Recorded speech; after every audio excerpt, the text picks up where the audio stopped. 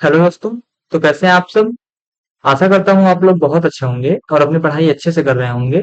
मैं आकाश मिश्रा अपने YouTube channel आकाश maths में आपका स्वागत करता हूँ।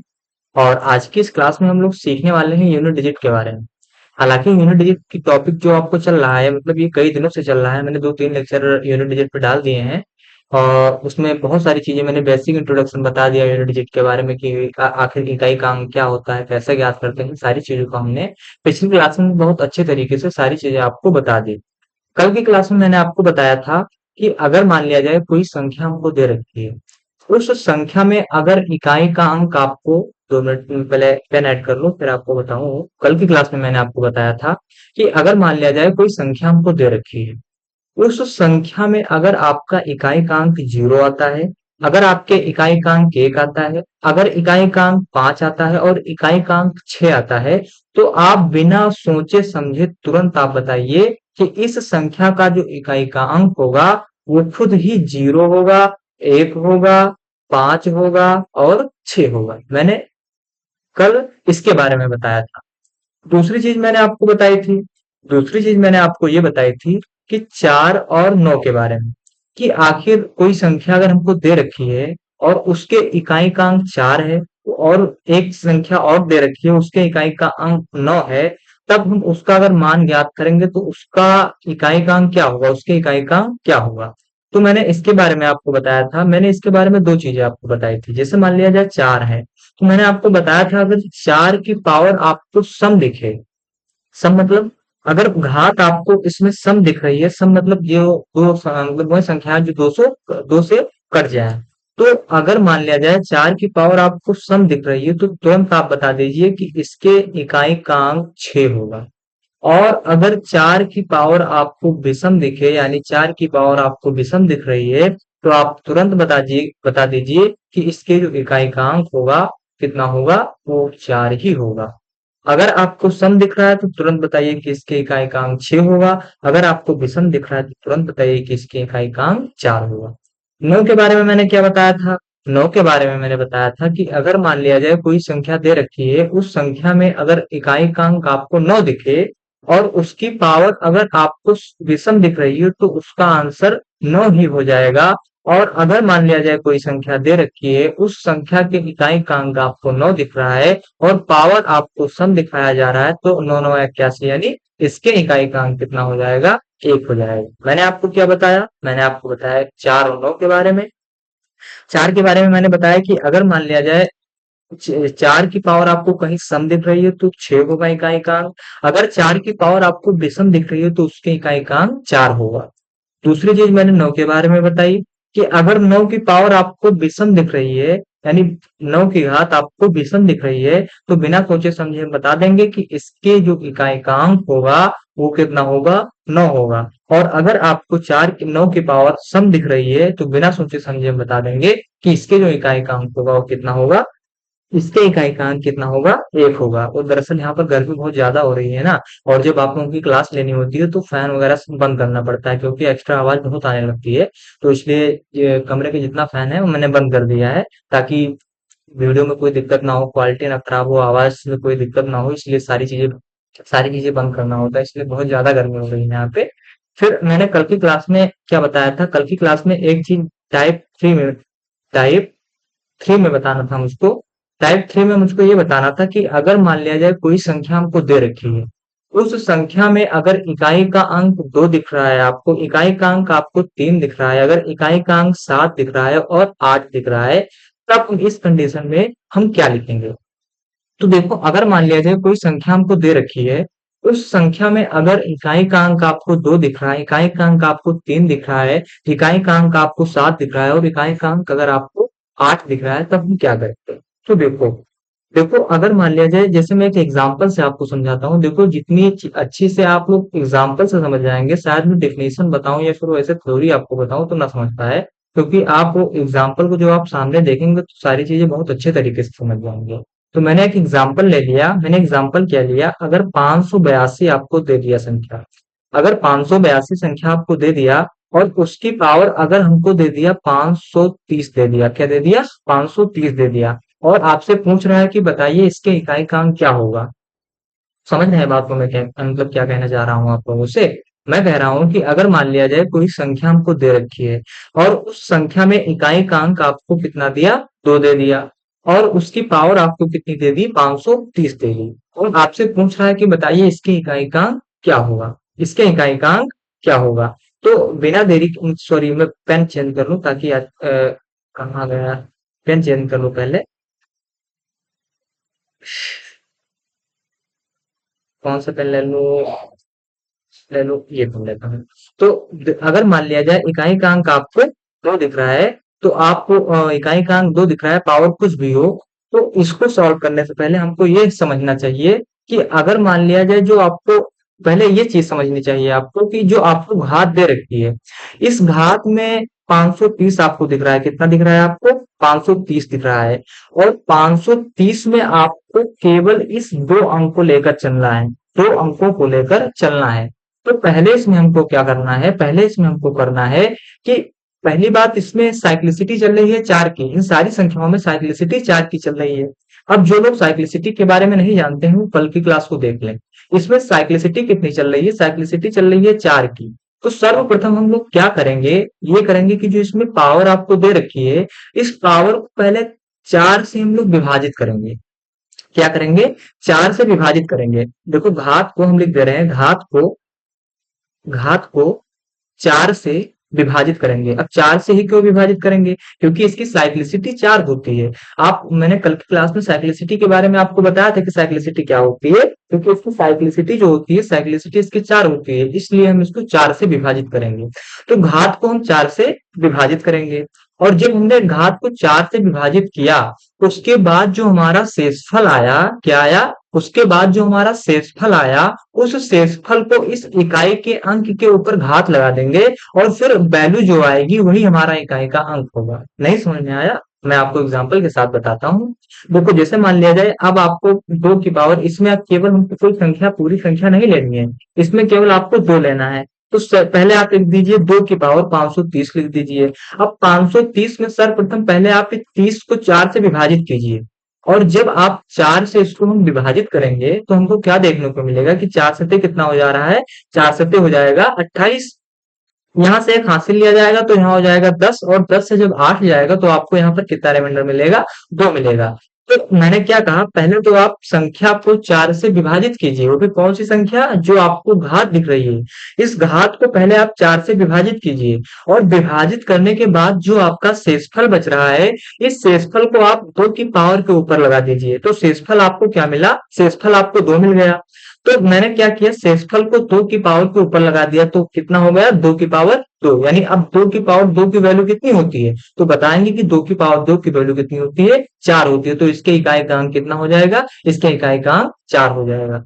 समझे आप लोग, नहीं समझ में आया है तो मैं एक एग्जांपल आपको और लेकर समझाता हूँ। मैंने 2 के लिए मतलब एग्जांपल कितने पे लिया, 2 के लिए, अब मैं 3 का एग्जांपल लेकर समझाता हूँ, ताकि आप सारी चीजें बहुत अच्छे तरीके से समझ जाएं। देखो मैं एक एग्जांपल और लेता हूँ, एग्जांपल नंबर 2। एग्जांपल नंबर 2 क्या कह रहा है कि अगर मान लिया जाए 663 की पावर आपको 534 दे दिया, कितना दे दिया, 663 की पावर 534 दे दिया, तो आपको कुछ नहीं करना है। सबसे पहले आपको जो घात आपको दे रखी है, इस घात में जो आपको लास्ट दो मतलब 2 डिजिट दिख रही हैं, इन दोनों डिजिट को सबसे पहले आप 4 से विभाजित कीजिए। क्या कीजिए, 4 से पहले इस संख्या को विभाजित कीजिए, और जब आप इस संख्या को 4 से विभाजित करेंगे तो देखो 4 का पहाड़ा कितनी बार बनी कि 34 से ज्यादा ना जाए। ऐसे मतलब हम लोग छोटे थे तब ऐसे सॉल्व करते थे कि 34 मतलब 4 का पहाड़ा कितनी बार बने कि 34 से ज्यादा ना जाए। मतलब मतलब हम लोग जब छोटे थे तो बहुत अच्छा लगता था, इन सारी चीजों को सॉल्व करने में बहुत मजा आता था।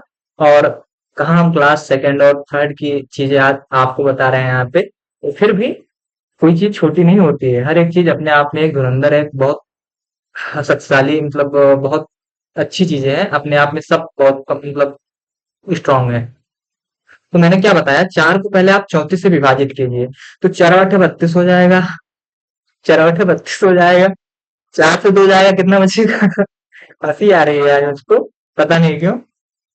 4 आठे 32, 4 बटे 32 हो जाएगा। आपको रिमाइंडर कितना मिल जाएगा? 2 मिल जाएगा। आप क्या कीजिए, मैंने आपको क्या बताया कि जो आपको पावर दे रखी है, इस पावर को आप पहले 4 से विभाजित कीजिए। इस पावर को पहले आप 4 से विभाजित कीजिए। विभाजित करने के बाद आपको जो शेषफल मिले, उस शेषफल को लास्ट डिजिट के ऊपर आप चढ़ा दीजिए। आप जब 3 के ऊपर 2 लगाएंगे तो 3 त्रिक का कितना हो जाएगा? 9 हो जाएगा, यानी लास्ट डिजिट कितनी आ जाएगी? आपकी 9 आ जाएगी। देखो दूसरा एग्जांपल और ले ले, तीसरा एग्जांपल। मैंने कितने 2 लिया, 3 लिया, अब 7 के ऊपर ले लेते हैं कि 7 अगर लास्ट में 7 हुआ तो क्या होगा। देखो अगर मान लिया जाए आपको 1077 संख्या दे रखी है और 1077 की पावर आपको अगर 567 दे दिया, कितना दे दिया? 567 दे दिया, और आपसे पूछ रहा है कि बताइए इसके इकाई-अंक क्या होगा। तो देखो इसमें सर्वप्रथम हमको ये करना है कि पहले सबसे पहले जो लास्ट की 2 डिजिट आपको दिख रही है, इस 2 डिजिट में पहले आपको 4 से विभाजित करना है। और जब आप 67 को 4 से विभाजित करेंगे, तब देखो 4 एकम कितना हो जाएगा? 4 हो जाएगा, 6 से 4 जाएगा 2 बचेगा, यहाँ पर कितना बचेगा? 27 बचेगा। अब 4 पंचे 20, 4 छक 24, 4 सत्ते 28, कितना हो जाएगा? 4 छक 24 हो जाएगा। 7 से 4 जाएगा तो कितना बचेगा आपका? 3 बचेगा। तो पहले तो हमने 4 से इस लास्ट के डिजिट को विभाजित किया, उसके बाद हम क्या कर रहे हैं, जो हमारा रिमाइंडर बच रहा है, जो हमारा शेषफल बच रहा है, इस शेषफल को, जो हमारी लास्ट डिजिट आपको दिख रही है 7, इस 7 के ऊपर इस शेषफल को हम लगा देंगे। और जब हम शेषफल के ऊपर 7 को, सॉरी, इस 7 के ऊपर जब हम 3 घात को 3 लगाएंगे, जो इसकी घात इसके 3 लगाएंगे, तब यानी 7 गुणे 7 गुणे 7 आ जाएगा। अब इसका अगर हम मान निकालेंगे तो 7 सत्ता 49, सत्ते कितना हो जाएगा? 343 हो जाएगा। कितना हो जाएगा? 343। तो इसमें लास्ट का डिजिट आपको क्या दिख रही है? 3 दिख रही है। तो तुरंत आप बता देंगे कि इसके इकाई का अंक कितना होगा? इसके इकाई का अंक 3 होगा। तो उम्मीद है जितने एग्जाम्पल मैं आपको समझा रहा हूँ, सारे एग्जाम्पल आप लोग समझ, मतलब समझ में आ रहा होगा सारी चीजें आपको। मैं इसको एरेस कर दूं ताकि, क्योंकि मेरे पास आगे स्लाइड नहीं है, अगर स्लाइड लेनी पड़ेगी तो इससे अच्छा एक एरेस कर दूं, क्योंकि आप लोग समझ गए होंगे सारी चीजें। तो देखो मैंने क्या बताया, मैंने 2 के बारे में आपको बता दिया। अगर लास्ट डिजिट आपको 2 दिख रही है तो क्या होगा। मैंने आपको 3 के बारे में बता दिया कि लास्ट डिजिट आपको अगर 3 दिख रही है तो क्या होगा। मैंने 7 के बारे में बता दिया। और अब लास्ट में कौन सा बचता है? लास्ट वाला जो बचता है, लास्ट में 2 मिनट पेन को ऐड कर ले। लास्ट में आपका बचता है 8। क्या हुआ? लास्ट में आपका बचता है, लास्ट में बचता है 8। कि अगर मान लिया जाए कोई संख्या हमको दे रखी है, उस संख्या में अगर इकाई का अंक हमारा कितना है, इकाई का अंक हमारा 8 दिख रहा है, तो संख्या क्या होगी, उसकी इकाई का अंक क्या होगा। देखो एग्जाम्पल के साथ हम लोग समझते हैं। जैसे मान लिया जाए कोई संख्या हमको दे दिया 288। 288 में देखते हैं कि जो ये संख्या आपको दिख रही है, इसमें आपको इकाई का अंक कितना दिख रहा है? इकाई का अंक आपको 8 दिख रहा है। और इसकी पावर हमने कर दिया 268 कर दिया। इसकी पावर हमने 268 मत कीजिए, 207 कर दीजिए, इसको 7 कर दीजिए। 278 हमने कर दिया।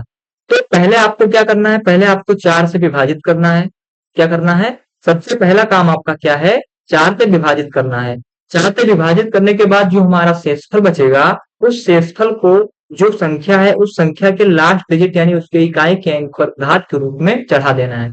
तो पहले हम 78 यानी इसके लास्ट 2 डिजिट को यानी 78 को हम लोग 4 से विभाजित करेंगे। 4 से विभाजित करने के बाद देखेंगे 4 एकम कितना हो जा रहा है, यहाँ पे 4 आ रहा है। 7 से 4 जाएगा, कितना बचेगा? 7 से 4 जाएगा 3 बचेगा, यहाँ पर हो जाएगा 38। और 4 9 कितना होता है? 4 9 36 होता है। और यहाँ से 8 से 6 जाएगा तो कितना रिमाइंडर बचेगा? शेषफल कितना बचेगा? 2 बचेगा। तो पहले मैंने क्या किया, पहले मैंने 4 को इस लास्ट की डिजिट से, मतलब जो घात हमको दे रखी है, इस घात में जो आपको लास्ट 2 डिजिट दिख रही है, इस लास्ट 2 डिजिट को हमने सर्वप्रथम पहले 4 से विभाजित किया। विभाजित करने के बाद जो हमारा शेषफल आया, उस शेषफल को उस संख्या के इकाई के अंक पर यानी 8 के ऊपर हमने क्या किया, उसके मतलब घात लगा दिया। जो शेषफल आया उस घात को इस पे लगा दिया। अब लगाने के बाद जब हम 8 के वर्ग की जब वैल्यू हम लोग याद करेंगे तो कितना हो जाएगा? 8 अठाई 64 हो जाएगा। तो 64 में इकाई का अंक कितना दिख रहा है आपको? तो 64 में आपको इकाई का अंक कितना दिख रहा है? 4 दिख रहा है। तो इसका आंसर कितना आ जाएगा? इसका आंसर 4 आ जाएगा। तो उम्मीद है आप लोग इसको भी बहुत अच्छे तरीके से समझ गए होंगे। इसको भी बहुत अच्छे तरीके से समझ गए होंगे। अब मैं आपको कई सारे एग्जाम्पल करवाऊंगा। जैसे मैंने क्या किया, मैंने सारी चीजें आपको बता दी कि यूनिट डिजिट क्या होता है, यूनिट डिजिट को हम कैसे डिफाइन करेंगे, कैसे हम समझेंगे। अगर मान लिया जाए लास्ट में अगर इकाई का अंक आपको 0 दिख रहा है तो क्या होगा, 1 है तो क्या होगा, 5 है तो क्या होगा, 6 है तो क्या होगा, 4 है तो क्या होगा, 9 है तो क्या होगा, 2, 3, 7, 8 है तो क्या होगा। मैंने सारी चीजें आपको बहुत अच्छे तरीके से समझा दी हैं। सारी चीजें बहुत अच्छे तरीके से आपको समझा दी हैं। अब मैं आपको कुछ एग्जाम्पल करवाने जा रहा हूँ, क्योंकि एग्जाम्पल बहुत ज्यादा क्वेश्चन करवाने जा रहा हूँ, क्योंकि क्वेश्चन बहुत ज्यादा जरूरी है करने के लिए। आप लोग अगर प्रैक्टिस कर पा रहे हैं क्वेश्चंस की, तो सारी चीजें बहुत अच्छे तरीके से आपको क्लियर हो जाएंगी। अब मैं क्वेश्चन करवाने जा रहा हूँ। देखो क्वेश्चन हमारा, पहला क्वेश्चन हमारा क्या कह रहा है। पहला क्वेश्चन हमारा कह रहा है कि अगर मान लिया जाए 71 को 72 से 73 से 74 से 76 से 77 से 78 से 79 से ये अगर हम गुणा करें तो इसके इकाई क्या होगा। तो आप डरना मत। इसमें आपको क्या करना है, जैसे मान लिया जाए सबसे पहले आपको 71 दिया, 71 के बाद कितना दिया आपको, 71 के बाद आपको 72 दे दिया गया, 72 के बाद आपको 73 दे दिया गया, 73 के बाद आपको 74 दे दिया गया, 74 के बाद आपको 76 दे दिया गया, 76 के बाद 77 और 77 के बाद आपको 78 दिया गया है और 78 के बाद आप 79 दे दिया गया है। तो ये आपको संख्या दे दी है, मतलब इन संख्याओं से आपको इकाई का अंक तो ज्ञात करना है। लेकिन अगर यहाँ पर आपसे क्वेश्चन क्या पूछ रहा है कि मैं इकाई का स्थान का अंक बताइए, इसमें इकाई का अंक क्या होगा। तो अगर मान लिया जाए हम 71 को 72 से गुणा नहीं करेंगे, 73 को 74 से गुणा नहीं करेंगे, फिर जो संख्या आएगी उसको 76 से गुणा नहीं करेंगे। सिंपल हमको क्या करना है, इस संख्या में इकाई का अंक आपको क्या दिख रहा है, इकाई का अंक आपको 1 दिख रहा है तो आप 1 लिख लीजिए। इस संख्या में 72 में इकाई का अंक क्या दिख रहा है आपको, 2 दिख रहा है, आप 2 ले लीजिए। फिर आपको 73 में इकाई का अंक क्या दिख रहा है, इकाई का अंक आपको 3 दिख रहा है तो आप क्या ले लीजिए, 3 ले लीजिए। फिर 74 में आपको इकाई का अंक क्या दिख रहा है, तो इकाई का अंक आपको 4 दिख रहा है तो आप क्या ले लीजिए, यहाँ पे 4 ले लीजिए। आपको 76 में इकाई का अंक क्या दिख रहा है, तो 76 में इकाई का अंक आपको 6 दिख रहा है। और 77 में इकाई का अंक क्या दिख रहा है, तो 77 में इकाई का अंक 7 दिख रहा है। 78 में आपको इकाई का अंक क्या दिख रहा है, तो 78 में आपको इकाई का अंक 8 दिख रहा है। और 79 में आपको इकाई का अंक क्या दिख रहा है, तो 79 में आपको इकाई का अंक 9 दिख रहा है। आप संख्याओं का गुणा कीजिए। जब आप इन संख्याओं का गुणा करेंगे तो आपको क्या देखने को मिलेगा, दो कम कितना हो जा रहा है, 2 हो जा रहा है, 2 पे 6, 6 त्रिक 24। अब कितना आ गया यहाँ पे 24। अब 24 को 6 बार गुणा नहीं करेंगे। अब इस 24 के लास्ट डिजिट यानी इकाई का अंक क्या है, तो 24 के इकाई का अंक 4 है। तो 4 को अब 6 बार गुणा करेंगे तो 4 छक फिर 24 आ गया। फिर हम 24 को 7 बार गुणा नहीं करेंगे। 24 में जो लास्ट आपको इकाई का अंक दिख रहा है 4, 4 7 से गुणा करेंगे फिर कितना आ जाएगा, 7 चौक 28 आ जाएगा। 28 को हम 8 बार गुणा नहीं करेंगे। इस 8 का गुणा हम इसके इकाई के अंक से करेंगे तो कितना हो जाएगा, 8 अठाई 64 हो जाएगा। तो हम 64 को 9 से गुणा नहीं करेंगे। 64 के इकाई का अंक आपको कितना दे रखा है, 64 के इकाई का अंक आपको 4 दे रखा है। तो 9 को जब 4 से गुणा करेंगे तो कितना आ जाएगा, 36 आ जाएगा। अब हमको क्या पूछ रहा है क्वेश्चन में कि बताइए इसके इकाई का स्थान क्या होगा। तो इकाई का जो स्थान है कितना आ गया, 6 आ गया। तो हम यहाँ पर कौन सा ऑप्शन कर देंगे, ऑप्शन नंबर सी यानी डी। ऑप्शन नंबर डी यानी 6 इसका करेक्ट आंसर आ जाएगा आपका। समझ में आया क्वेश्चन।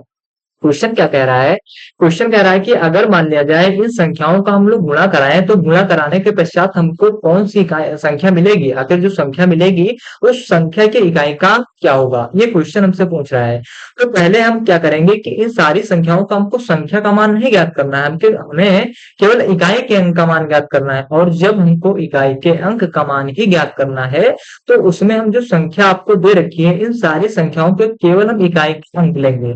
और जब हम इसके इकाई का अंक 1 लेंगे, इसके इकाई का अंक 2 लेंगे, इसके इकाई का अंक 3 लेंगे, इसके इकाई का अंक 4 लेंगे, इसका 6, इसका 7, इसका 8 और इसका 9, तो जब हम गुणा कराएंगे तो हमको कितना मिलेगा, जब हम 2 को 1 बार गुणा कराएंगे तो 2 मिलेगा, 2 को 3 से कराएंगे तो 2 से 6 मिलेगा, 6 को 4 से कराएंगे तो कितना मिल जाएगा आपको, 24 मिल जाएगा। आप 24 को हम 6 बार गुणा, हालांकि आप 24 को जब आप 6 बार गुणा करेंगे तो भी आंसर 6 ही आएगा।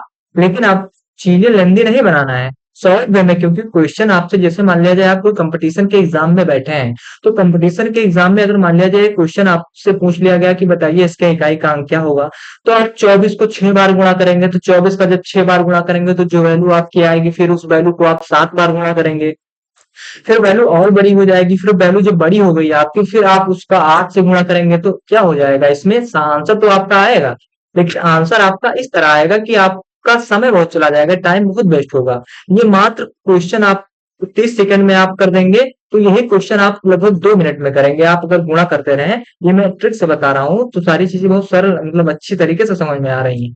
अगर आप इसको 24 से 6 बार गुणा करेंगे, जो वैल्यू आएगी 7 से करेंगे, तो ये चीजें बहुत लेंदी हो जाएंगी। ये मात्र 30 सेकंड में सवाल आपका लगेगा।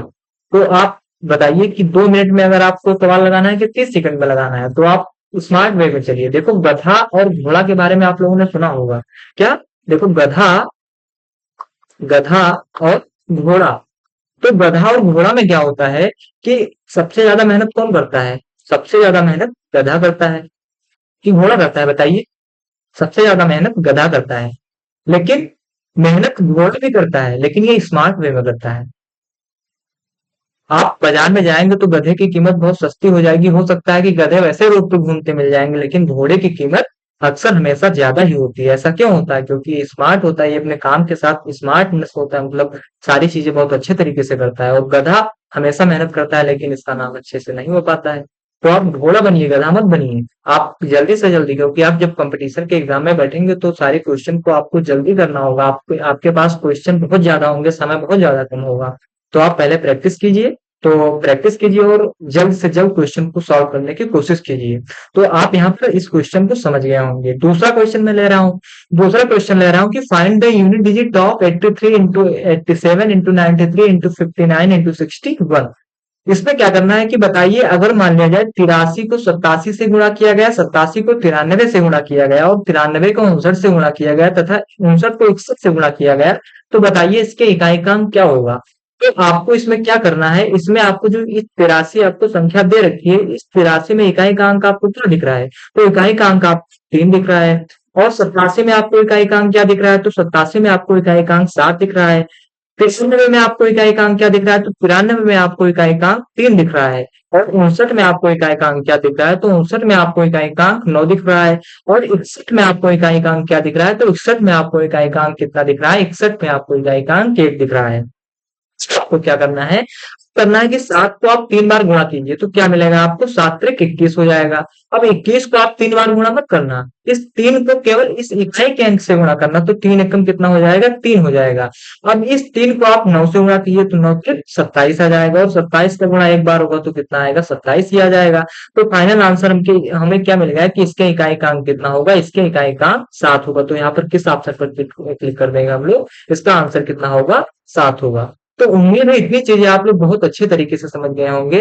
अ, आज यहाँ पर मतलब बहुत ज्यादा परेशानी हो रही है हमें, तो इसलिए मैं क्लास को फिर से आज बंद कर रहा हूँ। मैं बहुत सारे क्वेश्चन लेकर आया हूँ। ये देखिए, क्वेश्चन के मेरे बहुत सारे क्वेश्चन लिए रखे हैं। देख लो क्वेश्चन, कितने क्वेश्चन मैंने आप लोगों के लिए रखा है। ये सारे क्वेश्चन ही है। इन सारे क्वेश्चन को मैं पिछली क्लासेस में करवाऊंगा। अभी मैं एक क्लास और लूंगा जिसमें मैं केवल के केवल सारे के सारे क्वेश्चन करवाऊंगा। उसके बाद में विभाज्यता के नियम पर आपको ले चलूंगा। सारी चीजें बहुत अच्छे तरीके से समझाते हुए मैं सारी चीजें बहुत अच्छे तरीके से समझा दूंगा। आप लोग अच्छे से मेहनत करते रहिए और अपना पढ़ाई लिखाई में बहुत अच्छे तरीके से मेहनत करते रहिए और सारी चीजें बहुत अच्छे तरीके से समझिए। आज की क्लास में यहीं पर बंद करता हूँ। उम्मीद है आप लोगों को ये क्लास बहुत अच्छी लगी होगी। आप लोग इस क्लास को ज्यादा से ज्यादा शेयर कीजिए, लाइक कीजिए, कमेंट कीजिए। बहुत बहुत धन्यवाद।